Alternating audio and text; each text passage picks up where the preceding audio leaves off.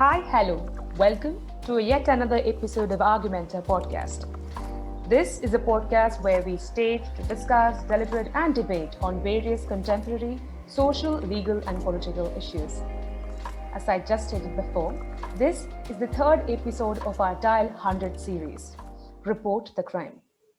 In this series, we intend to talk about the numerous religious based discriminations and violence that had taken place during the lockdown and during the COVID era.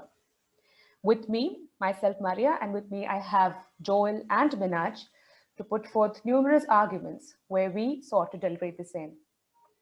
So, as all of us are aware of, a lot of religious based violence and discrimination are staging up in the country on a day-to-day basis. And even if it is during the lockdown time, we are well aware about the statistics as well. So, friends, why do you think these sort of instigations, these number of rises of the same number of cases that we see, take place at an increasing basis? Can you sort to find out a very, a plausible justification for the same? I think first we need to acknowledge that caste-based and religious-based discrimination have been going on in our country for ages, and it's just become more prominent and more pronounced during the lockdown period and the COVID period for some reason. And I mean, bringing out the latest incident that has happened, the Tanishq ad, that was very alarming to see the kind of reaction it triggered amongst the people for a secular for a secular post showing people from two different religious communities getting married, and it was very Minaj, don't alarming to men- see the kind of response. Minaj, don't mention secular, Minaj. It's secular is equal to Muslim according to so many people. Well, that is the notion, I guess you can say, but I was very disappointed to see that people have a problem with that also. I mean, can't content creators in this country do things freely? I mean, wow, it's just really messed up. I think they even have a tendency to break this secular as secular, which is again annoying part for me. Because if you notice all those posts and all coming up, you would see people who are against the ad with those hashtag, hashtag banning Tanishq stuff. So that sort come up. I think they have a tendency to justify their part by stating that secular has become secular. And It's Joel, funny because huh? it's funny because people have put the tag of love jihad. Like why? Exactly, yaar. Exactly. No See, factual check, nothing. see, with regard to secularism, even that Maharashtra governor also, when he wrote a letter to the Maharashtra chief minister with regard to opening the temple, there also he had, there was a mention about secularism and things a bit like are you a secular and things like that. But then it was good that the home minister made Amit Shah made it very clear that he shouldn't have used such particular words. So I think I don't think the lockdown is only to be blamed for. I think since a lot of months or years, this secular term has become a What very. yours, Joel? Decades. But I think the Exactly. secular term has become like a big taboo or a sin. Or if how can you show a Hindu lady in a Muslim family? Why can't show the opposite? Well, celebrate or see what is celebrate the fact that they've been welcomed in a Muslim family, or the vice. Why can't the vice versa also happen? It's not like it cannot happen. So why do you expect that? Oh, just because it's been portrayed in an ad like this, that they won't do the same for a Muslim community or a Christian community and things like that. I think there's a sense of victimization also being played by particular groups as well. Now, I wouldn't try to deem them as without as wrong, because let's be fair, for some period of time, even several movies also have portrayed communities as a for example, I think many of the Hindus feel that the Hindus are being represented in a very bad light in movies and things like that. That's a discussion we can keep it for long period as well. But like we pointed out with regard to the lockdown, how can we forget that elephant incident was one of the worst in how the That politicization. I mean, oh god, that was really sad to see because how could the poor elephant lost his life because of some firecrackers that were kept, okay? And that became a communal issue. I didn't even when that happened, when it got a communal angle to it, I didn't know what to say. I had no words for it.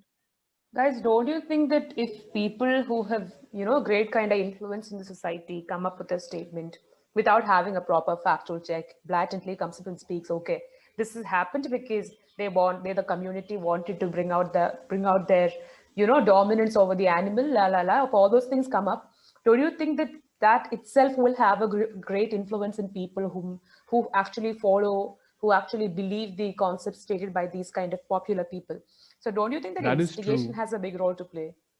Of course, it does. People, who are at a higher position, like let's say a political position, or even celebrities for that matter, when they express their opinion, they should be a little more responsible because they should know that there's so many people who follow them, and take their words and their opinions as gospel. And even Kangana Ranaut, for that example, it's like for everything that comes up here and there, she just says something. She has something to say for it. Yeah. Yeah, With regard to the elephant incident, one more thing, that incident did not happen in Malappuram. Also, it happened in Palakkad. So Palakkad, that's so what. in order to bring a communal angle to that particular incident, they stated the district also wrong. Then the entire crime rate of the district also was brought out. And see, we understand the fact that the politics of hate is being played not just by a major party, but by many parties as well. So I think True. uh, this lockdown has actually made it even more worse. Like example, not just this elephant incident. Let's take that Tablighi Jamaat also. What happened? Yes, Yes. the fact of the matter is it shouldn't have been held in a very in a time of wherein a lot of infection is being spread and things like that. But also there are also reports that some reports stating that allegedly they had misbehaved with the nurses and things like that. But the way the media was portraying them as I corona mean, jihads. Corona Jihad. What is this, man? Everything that happens has to have a jihad attached to it. Like, Corona what the It's jihad. hell? very disheartening to a greater extent because even like I remember it properly in that elephant case also, it was not just Malappuram and Palakkad. It was they even brought in Wayanad.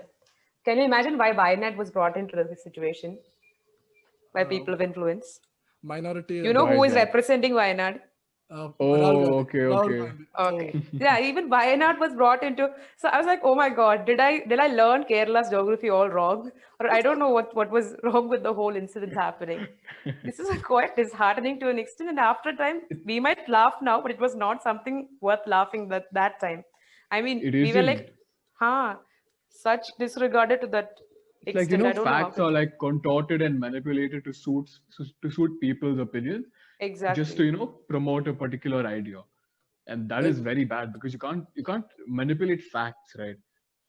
even in a Definitely. Tablighi Jamaat also, what happened was there were several instances of people refusing to buy items from vendors who belong to the Muslim community as well because they felt that they would also spread corona and things like that. So you had an act done by a few affects the communities, not just the Muslim community but other communities at large.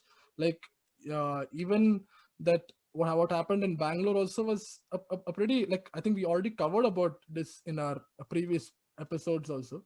But what happened in Bangalore also was like radicalization and fundamentalist groups exist in every community. I think True. the the fact of the matter is we need to address that issue than Them targeting the entire. exclusively. Yeah, Yeah, exactly. that's Instead true. of giving like a label to a particular community, we need to address the fundamentalism, like you said. Yeah, that's what exactly That to be should be addressed. And stopped. even in this Tanishq advertisement case, like when this hashtag boycott Tanishq came in, followed by hashtag support Tanishq, and hashtags were like blooming here and there. But when I remember when we would have seen ads when we were from our childhood as well.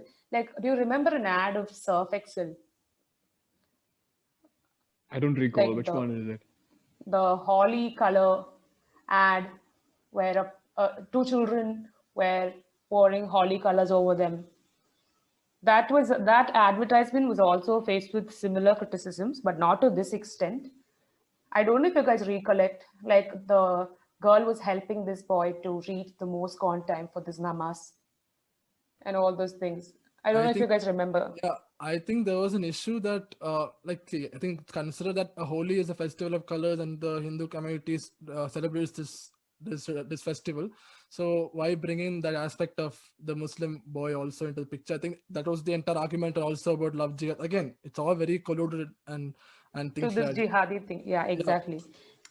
But but there were a lot of there were a lot of secular ads in the past as well. Like if you take into the ads of these food companies and all, they come up with ads where they offer all these curry powders and stuffs for all the religions, to people who belong to a particular religion, to make use of for their own culture and tradition. So this is not the first time that a company comes up with a secular ad. Again, I'm using the word secular with fear in my heart, because it's not the first time something like this happens. And I don't know what was there to be flooding with all those hashtags and all coming up in Twitter. And see, it's not just the only incident, huh? Sorry, yeah, Rohit. I think the term secular, I think in the purest form, like if we look at it from in Europe perspective and the West, United States as well. Yeah, yeah. So that I think there the term was more apt as to the separation of the church from the state. from the But then, state. Yeah. but then I think the argument on in India is that how can it be applicable in a state, in a country like India, with many communities at large playing a Of major course share. it can, Joel. Of course it can. I mean, look at it, okay? Look at our country. Have you ever seen such a heterogeneous society ever in the world? No, right? And think about it, okay? The beauty of the communal harmony in our country also can't be matched. Have you ever seen people from different communities celebrating festivals as the same? I mean, let me give you a few examples myself. I remember this me being a Muslim, there are like two major festivals in one year. That's Bakri, then Eid ul Fitr. And throughout the year, I celebrate festivals like Diwali, Holi, Christmas. That's just how we Indians are. We're so what do you say? Uh, A neutral I stand can't or a find that right. positive stand towards religions, I guess. Exactly. We accept every culture, we accept every tradition. I don't know why we're forgetting that that is the kind of people we are. I mean, even during the time of insertion of the word secularism into our preamble, and when it slowly, I mean, when it became the part of the basic structure of the constitution, India always took a neutral stance towards the entire idea of secularism. Because I think we have learned this in our law subjects as well. Like countries like United States have they have a stance towards secularism, like pure separation of the religion from the state. As in, religion cannot interfere in the matters of the state, and vice versa. But I think in India, like we have a little more interdependent relationship between religions and the Of working of the course. state, where Plays we a huge part obviously in the have, election procedures and stuff. special inclusions of particular concept into our working. So, guys, don't you think like India attempts to work? I mean, attempts a lot to make sure that secularism. I mean, at least the framers of people who included this aspect into constitution aimed to have a positive notion towards religion by the country. See, I think rather than getting to, like, I understand, like, this is another made up history with regard to the same, but we can, I will formally say it, we can blame it to the media and how it has been portraying several communities, especially, like, again coming back to that Tablighi incident as well. There too, like, their entire Corona jihad, secular and like, during this entire process. But in the end of the day, the court had stated that the foreign attendees of the Tablighi Jamaat, that Marcus, were made scapegoats. That not many major media companies have told that this thing, because the entire propaganda is washed out. So I think it's a matter of propaganda and twining with regard to such kind of topics which have been discussed, rather than if you really talk about the rule of law and legality and things like that. I don't think in our country, if we really follow the ideals of secularism and a pluralistic society, we wouldn't really be talking about such issues. We don't make these kind of issues so mainstream as well. That's what I feel. Again, I'm saying certain because you know the kind of news channels I'm referring to. There is wait for a particular incident to happen to blow it out of proportion. And again, like you said, use it as propaganda. Is that even necessary? Is it really important to give like a religious tinge to every incident? Because that is the trend that we've seen through all the incidents that have happened throughout the lockdown. Exactly. I mean, like, I don't know if our listeners have noticed, like, all the series of podcast episodes we had. one way or the other, we reached in the working of media. I mean, one way or the other, we almost touched up on the propaganda used. But see, we know there are like positive and negative sides for everything. But nowadays, there is an increased insisting on, projection of the negative part where, see, even in the morning, I remember going to the newspaper and I have seen that a media channel had actually helped in bringing out the sad state of people who were, backlashed or who were terribly put up in a state after the floods that had taken place in the state. So, okay, one side, media actually works to cover the issues that are left untouched, while on the other side, I don't know what's that phase to be called, but terribly using of this propaganda for these matters doesn't exist. And if you notice, it's like for 2 to 3 days, they'll have these heavy, hot debates happening. And once the issue just cools down, okay, they'll go find the next one and we'll try to inject this propaganda. Don't you? So I think I completely agree on what that said by what Joel just said about the propaganda media being used terribly nowadays, especially during the lockdown, I must say. See, Yeah, even if it's propaganda or not, at the end of the day, the media is only earning its buck. And see, it's you people, us people have made them on top of the position, so they are just capitalizing on these kind of this thing. On the Joel, even TRP can be manipulated. Okay, let's not get there. Okay. True. I know. That's understandable. And media, see, I think nobody should misunderstand. Like when we three say media, it's not the, what should I say? We actually intend to say the whole mass media and social media inclusive, because it's not just what we see in the TV channels. And we cannot, deny the fact that hashtags play a vital role in our life now. Even when this Tanishq incident was brought in, the first hashtag to go viral was this hashtag boycott Tanishq, for which people got excited or curious to know, okay, why should we boycott Tanishq, and then went off things. So do you think social media also have a huge role to play in all these incidents happening as a series?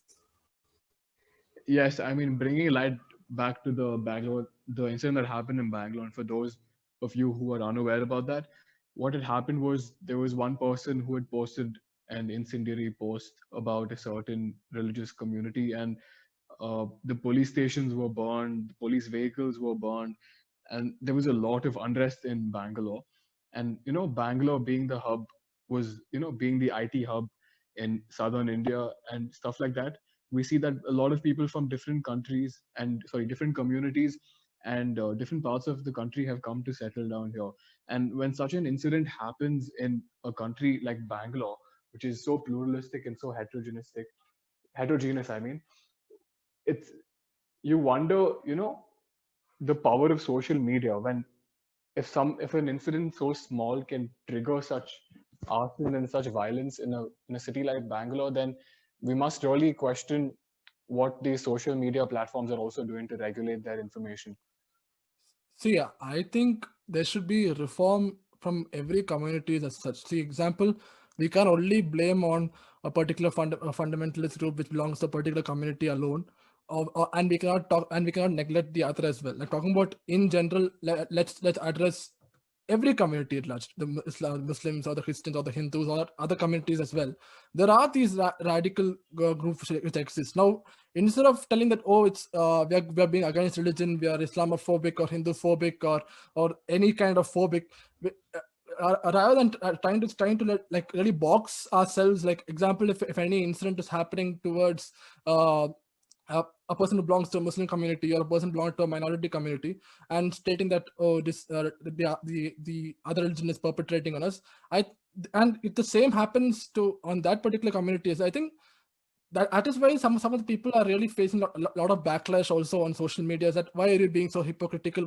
So that we can understand the fact that we need to first acknowledge that these kind of issues are happening. So even when we look at MP from TMC, the TMC MP Nusrat Jahan, recently she was also posed a lot of death threats after she dressed as the Hindu goddess Durga, by many people. So I think social media and other platforms, I think it needs to filter out these kind of. First of all, I really stress upon the fact that there must be internet education. Rather than giving free data to everybody, there needs to be You need to, Ambani ji, I think you need to really like we thank you for the free data, but also there needs to be really good infrastructure on the education, because not everyone is able to use the internet wisely and things like that. So I think these trolls and other kind of and those kind of people, they really need to be like filtered out of this of the process, because of these kind of people, the entire communities also are affected, and the bad image is brought to them as well. Is what I feel. And guys, similar instigations that are brought in by people without identity, I must say, because if you look into their names and all, you will find some nonsensical names which not even exist, where for people with more than one account, as we all know. But I think when these kind of instigations take place, like putting off a religious part into it or religious essence into it, rather than addressing the actual issue or rather than addressing the actual need of the day, we end up, running around the issue. So the best example I can bring is, I guess in this, not I guess, I just read this now. So in this Kerala elephant case incident, the thing that the latent pineapple was fed to the elephant, to the pregnant elephant, was the reason. I mean, it was actually meant to be fed for the wild boars who come, who actually attack the plantations of these farmers. So on one hand, we have the poor farmers who are unable to access there. They are in extreme poverty, extreme climatic conditions put them in great agony and sufferings.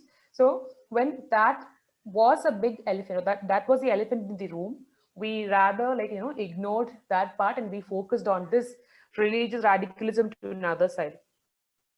See, when things don't get discussed or things don't get out, what should I say? I don't know how get propagated in the right sense. I think the actual issues often get denied, or when we actually try to run around certain hashtags or certain the parts. core of the issue gets diluted. Correct. Exactly. So that's not what we intend to receive from anybody. That's not what we intend to receive from the media as well. So also what we need to do as responsible netizens is that when we see a certain post that can incite violence or, intimidate or offend a particular community, we need to do our bit in reporting that post online. And a simple act is that can prevent incidents that have happened in Bangalore and incidents that have been happening over the years. So let's be more responsible netizens. And yes, if you see religious discrimination happening around you, please dial 100. Oh yes, report the crime. So which almost brings us to the end of this session. Thank you for listening to the episode 3 of Dial 100 series. The fact that report such crimes and discrimination being done to religious communities. Don't fall prey to social media trolls. Fact check each information available, because you have the resource at your hand. The net is in your hands. This episode will now be available on Spotify, Anchor, YouTube, iTunes, and other platforms as well. Don't be mere spectators to a crime. Report the crime.